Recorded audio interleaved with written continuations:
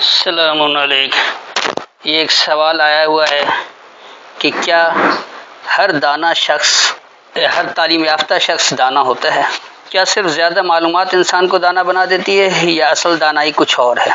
اسی سے ملتا جلتا سوال ہے کہ اگر علم ہی سب کچھ ہے تو دنیا میں پڑھے لکھے لوگ سب سے زیادہ غلطیاں کیوں کرتے ہیں؟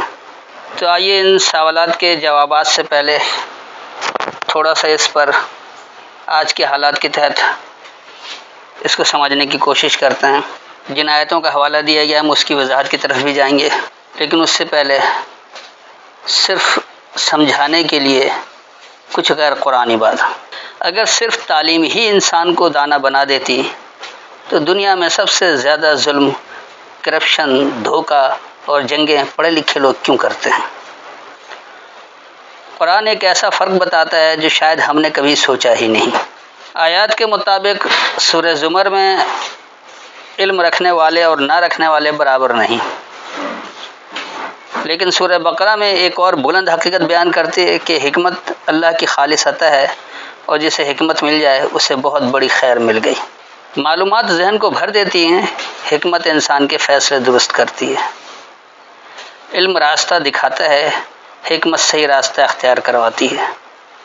علم طاقت دے سکتا ہے، حکمت اسے طاقت کا صحیح استعمال کرنا سکھاتی ہے۔ تو کیا میں صرف معلومات جمع کر رہا ہوں یا میری زندگی میں حکمت بھی پیدا ہو رہی ہے؟ یاد رکھیے کہ قرآن میں اللہ نے علم اور حکمت دونوں بتا رکھا ہے۔ تو حکمت یہ حدیث نہیں ہے۔ عموماً ہمارے ہاں جو مروجہ علماء کرام ہیں انہوں نے علم کو کتاب سے اور حکمت کو نام نہاد حدیث سے جوڑ دیا، جو کہ غیر اللہ کا کلام ہے، اللہ کا نازل کردہ نہیں ہے، بلکہ یہ غیر اللہ کا کلام تو یوں لکھا گیا ہے کہ جان بوجھ کر آپ کو قرآن سے دور کر دیا جائے۔ تو یہ جو کتاب و حکمت آتا ہے اس کا یہ مطلب نہیں کہ کتاب قرآن ہے اور حکمت یہ سایہ اربع یا سایہ ستہ کی کتابیں ہیں۔ یہ سایہ اربع اور سایہ ستہ کی کتابیں حکمت نہیں، بلکہ یہ تو قرآن سے دور کرنے کے لیے جان بوجھ کر لکھا گیا ہے۔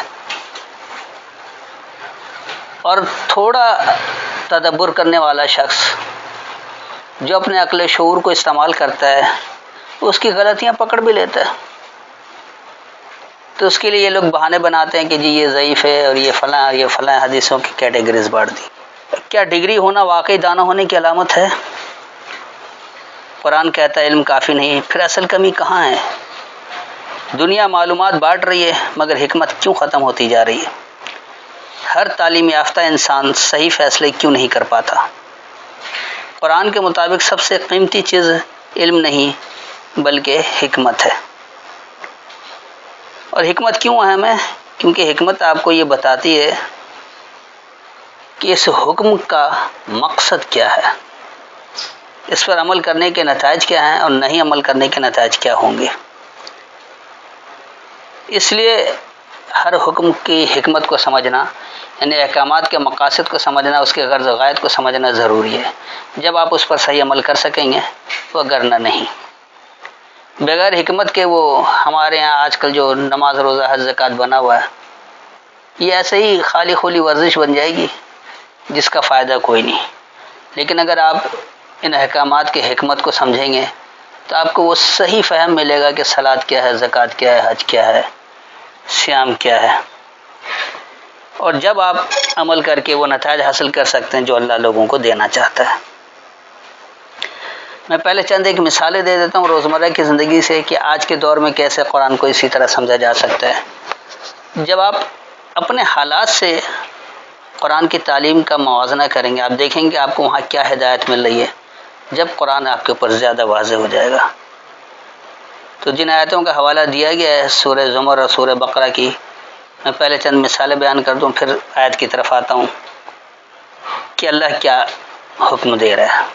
ایک شخص اعلیٰ ڈگریاں رکھتا ہے، بڑے ادارے میں کام کرتا ہے، قوانین جانتا ہے، لیکن رشوت لیتا ہے، عوام کے حقوق دباتا ہے یا اپنے اختیار کا ناجائز فائدہ اٹھاتا ہے۔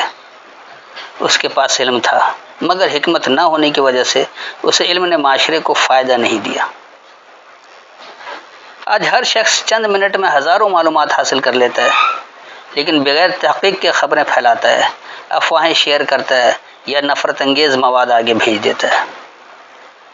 معلومات تک رسائی بڑھ گئی، لیکن صحیح فیصلہ کرنے کی صلاحیت یعنی حکمت ہر ایک کو حاصل نہیں ہوئی۔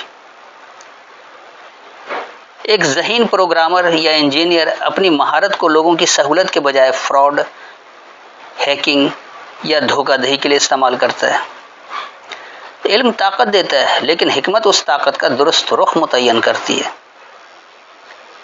بعض اوقات ایک ایسے شخص بہت تعلیم یافتہ ہوتا ہے مگر اپنے والدین، شریک حیات یا بچوں سے سخت لہجے میں بات کرتا ہے، جبکہ ایک کم تعلیم یافتہ انسان احترام، صبر اور انصاف کے ساتھ گھر چلاتا ہے۔ تو دانائی صرف معلومات سے نہیں بلکہ کردار اور فیصلوں سے ظاہر ہوتی ہے۔ ایک کامیاب تاجر منافع کے لیے ملاوٹ، جھوٹ یا ناجائز منافع خوری اختیار کرتا ہے، جبکہ دوسرا دیانتداری سے کم کماتا ہے مگر اعتماد حاصل کرتا ہے۔ تو علم کاروبار سکھا سکتا ہے، لیکن حکمت انصاف اور امانت داری سکھاتی ہے۔ ایک طالب علم صرف امتحان میں نمبر لینے کے لیے پڑھتا ہے، جبکہ دوسرا یہ سوچتا ہے کہ جو علم حاصل کر رہا ہے اس سے معاشرے کو کیسے فائدہ پہنچے گا۔ ایک کے پاس معلومات ہیں، دوسرے کے پاس معلومات کے ساتھ حکمت بھی ہے۔ دنیا کے بہت سے ممالک جدید سائنس، معیشت اور ٹیکنالوجی میں بہت آگے ہیں، لیکن اس کے باوجود جنگیں، ظلم، بھوک، ماحولیاتی تباہی اور ناانصافی ختم نہیں ہو سکی۔ یہ سوال پیدا ہوتا ہے کہ اگر علم ہی کافی ہوتا تو انسانیت کے بڑے مسائل اب تک حل کیوں نہ ہو جاتے؟ قرآن اس طرف توجہ دلاتا ہے کہ علم کے ساتھ حکمت بھی ضروری ہے۔ تو سورہ زمر میں یہ آیت علم کی فضیلت کو واضح کرتی ہے، مگر ساتھ ہی یہ بھی اشارہ کرتی ہے کہ حقیقی فائدہ اسی علم کا ہے جو انسان کو اللہ کی معرفت، عاجزی اور درست عمل کی طرف لے جائے۔ سورہ بقرہ کی آیت بتاتی ہے کہ حکمت اللہ کی عظیم نعمت ہے۔ حکمت صرف معلومات کا ذخیرہ نہیں بلکہ صحیح وقت پر صحیح فیصلہ کرنے، حق و باطل میں فرق کرنے اور علم کو خیر کے لیے استعمال کرنے کی صلاحیت ہے۔ اگر صرف ڈگری ہی انسان کو دانا بنا دیتی تو کیا دنیا میں اتنی ناانصافی، کرپشن، دھوکہ دہی اور ظلم باقی رہتا؟ یہ مسئلہ یہ ہے کہ ہمارے پاس علم تو بہت ہے مگر حکمت کم ہے۔ اب آئیے ہم ان آیتوں کی تفصیل کی طرف بڑھتے ہیں جس کا حوالہ دیا گیا ہے۔ تو سب سے پہلے سورہ بقرہ اور اس کی آیت نمبر 269 یعنی 2 کی 269۔ پہلے آپ کے سامنے مروج روایتی ترجمہ کہ وہ جسے چاہتا ہے حکمت دانائی عطا کرتا ہے، اور جسے حکمت دی گئی تحقیق اسے دی گئی بہت بھلائی، اور عقل والوں کے سوا کوئی نصیحت قبول نہیں کرتا۔ اب دیکھیے یہاں بات کیا ہے۔ یؤتی الحکمت من یشاء، وہ دیتا ہے خاص حکمت یعنی مقاصد، غرض و غایت، من یشاء جو یہ چاہے۔ یہ یاد رکھیے کہ حکم کیا ہے اور حکمت اس کی تفصیل ہے، اس کی غرض و غایت، اس کا مقاصد کو سمجھنا کہ حکم کیوں دیا گیا ہے۔ تو حکمت کا مادہ بھی حکم ہی ہے، خاص احکامات، لیکن حکمت کہا جائے گا کہ اس حکم کے مقاصد کو جانا جائے، اس کے غرض غایت کو سمجھا جائے۔ تو اللہ کا ہر حکم جو ہے وہ کیوں ہے، کس لیے ہے، اس کے فائدے کیا ہیں، اس پر عمل نہ کرنے کے نقصانات کیا ہیں، اسی کو حکمت کہا گیا۔ تو یہاں اللہ یہی بتا رہا ہے کہ وہ دیتا ہے حکمت جو یہ چاہے۔ اگر آپ چاہتے ہیں حکمت تو آپ تدبر کریں گے، آپ حکمت حاصل کریں گے۔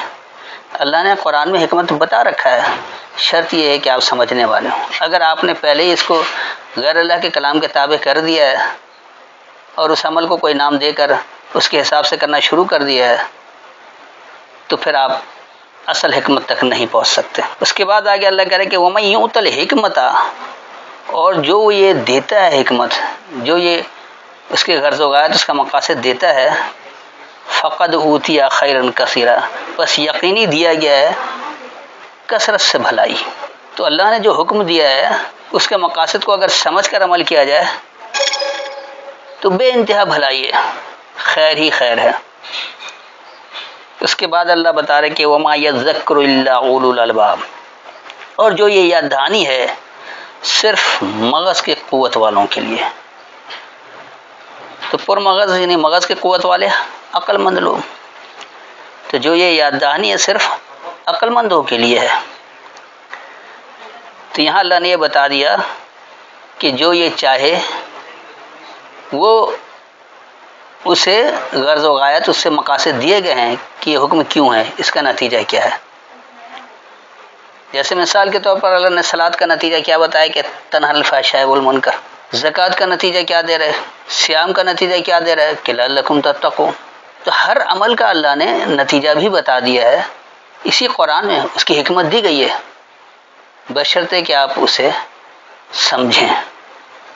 اور اگر آپ نے اللہ کے کلام کو سمجھنے میں اگر اللہ کے کلام کی ملاوٹ کر دی تو آپ اس حکمت سے دور ہو جاتے ہیں، اس کو آپ ایک غیر ارادی حرکت اور لایانی پوجا پاٹ میں لگا دیتے ہیں۔ جیسے آج کا مسلم معاشرہ ہے، اس نے صلاۃ کے نام پر 5 وقت کی ورزش کو بنا رکھا ہے، اٹھک بیٹھک کو، زکوٰۃ کے نام پر 2.5% ٹیکس بنا رکھا ہے، صیام کے نام پر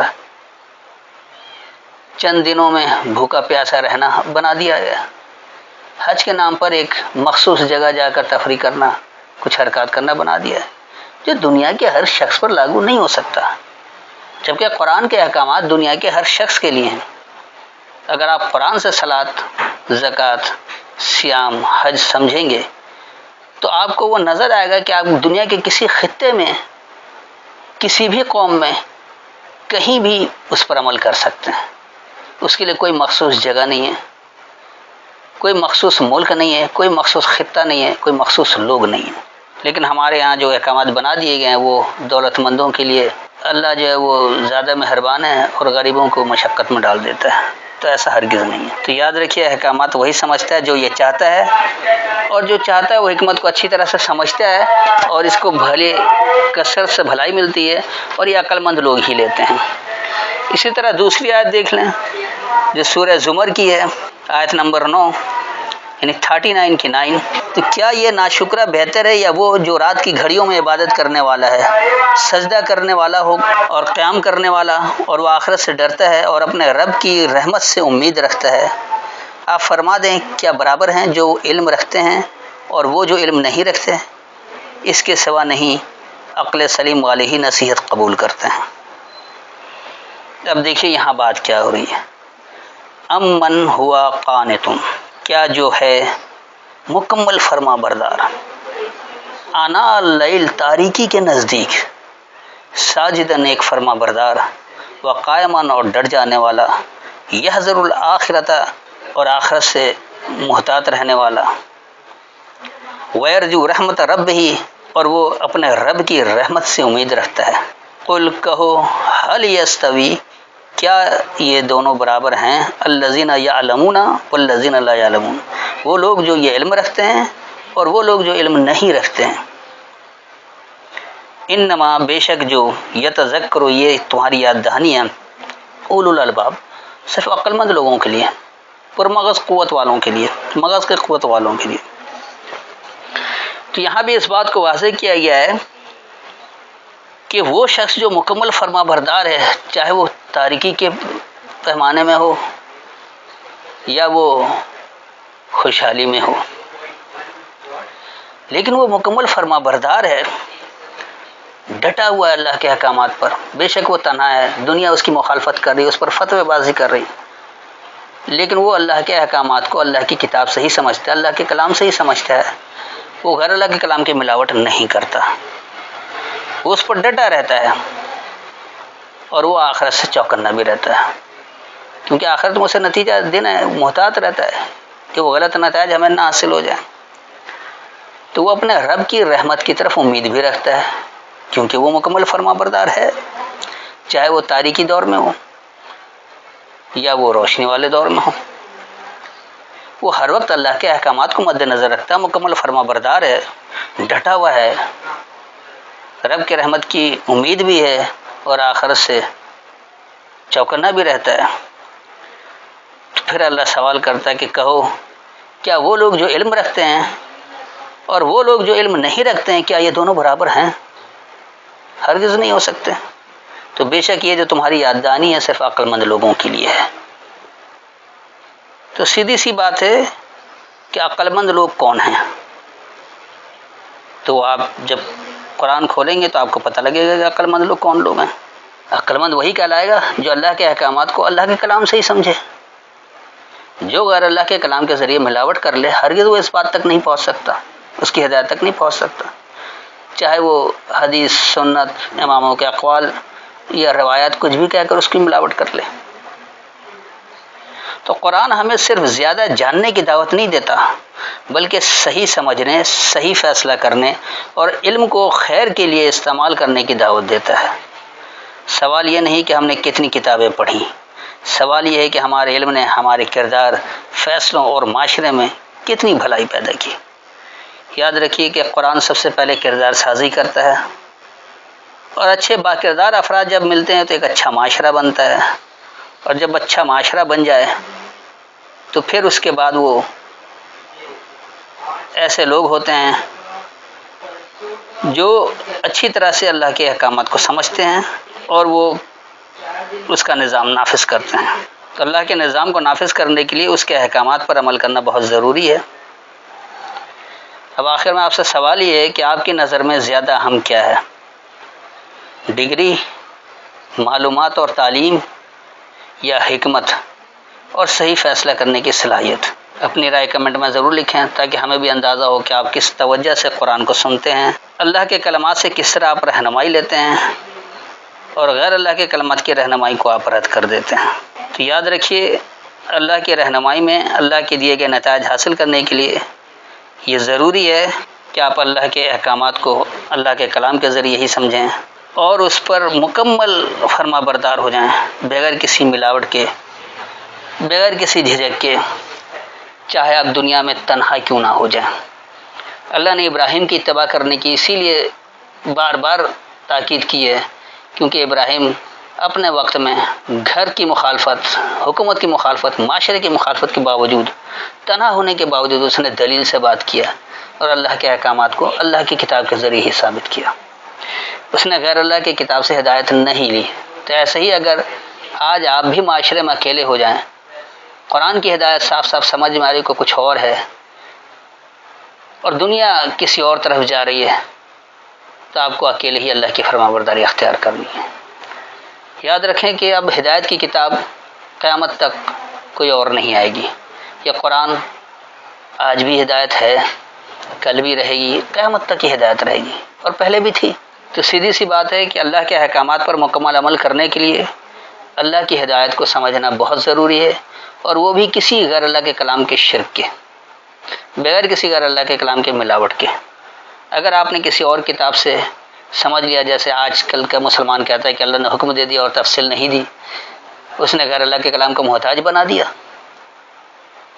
تو یہ ملاوٹ ہے، یہ شرک ہے، اور اس سے آپ ہدایت تک نہیں پہنچ سکتے۔